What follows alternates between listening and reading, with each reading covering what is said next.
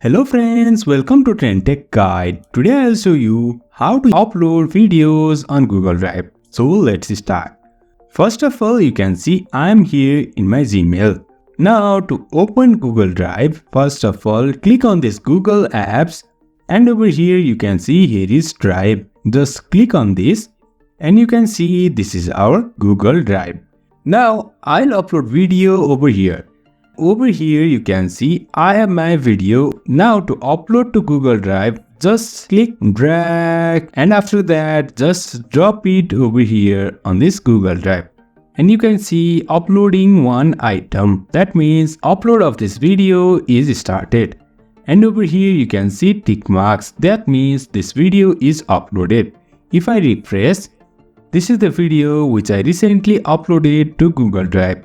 So in this way we can upload videos on Google Drive. So if you find this helpful, don't forget to subscribe. Have a good time.